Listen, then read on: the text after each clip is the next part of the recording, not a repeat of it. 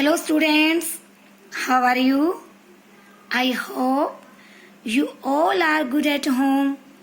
Kids, आज हम lesson planting के क्वेश्चन आंसर्स करेंगे, पर इससे पहले आप सभी के लिए कुछ इंस्ट्रक्शंस।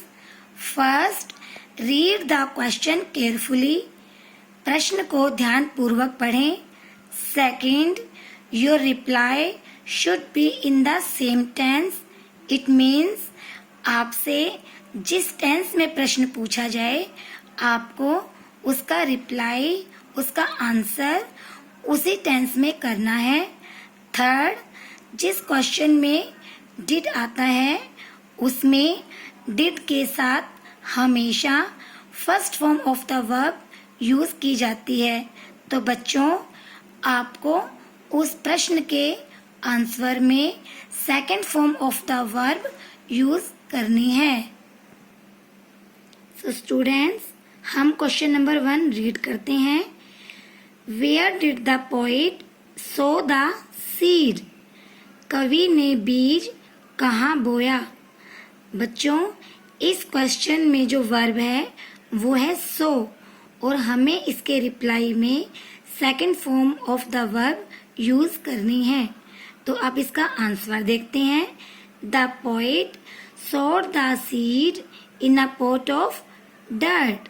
कवि ने बीज मिट्टी से भरे एक गमले में बोया। Now question number 2, why did the poet put water into the soil? कवि ने मिट्टी में पानी क्यों डाला? बच्चों, अब इसका आंसर देखते हैं।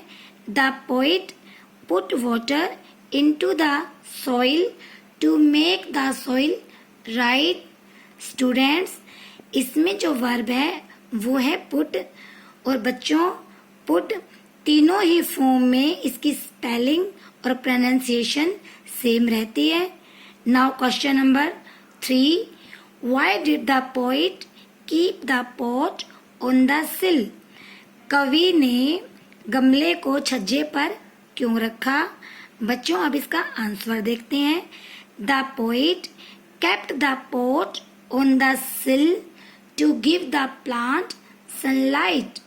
कवि ने गमले को छज्जे पर इसलिए रखा ताकि पौधे को सूर्य का प्रकाश मिले। बच्चों, यहाँ पर जो वर्ब है वो है कीप, और इसकी सेकंड फॉर्म होगी kept, KEPT। Now question number 4, what came out of the seed? बीज से क्या बाहर आया? बच्चों, केम यहाँ पर पहले से ही सेकंड फॉर्म है, और इसकी फर्स्ट फॉर्म होती है कम, COME। अब इसका आंसर देखते हैं। A nice plant came out of the seed.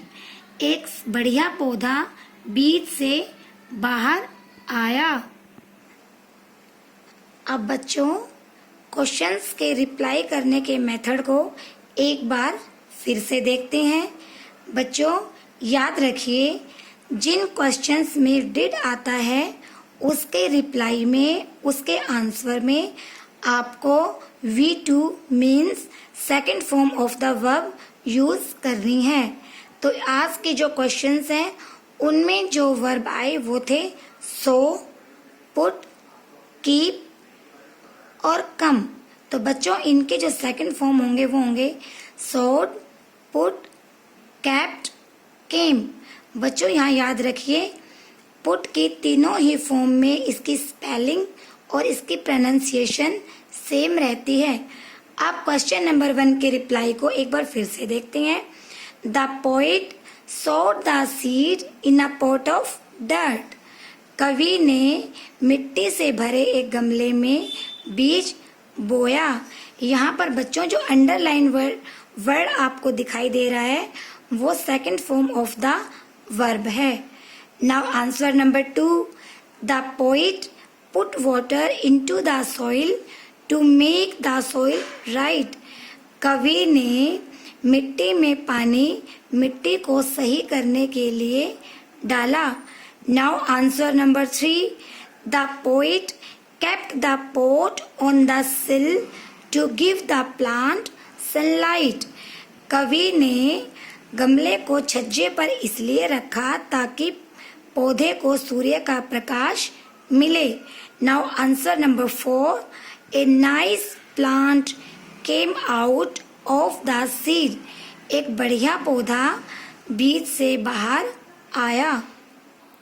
Students, always remember, Jin questions में डिड आता है, डिड के साथ क्वेश्चन में हमेशा वर्ब की फर्स्ट फॉर्म लगी होती है और आपको उस प्रश्न के रिप्लाई में, उसके आंसर में second form of the verb use करनी होती है।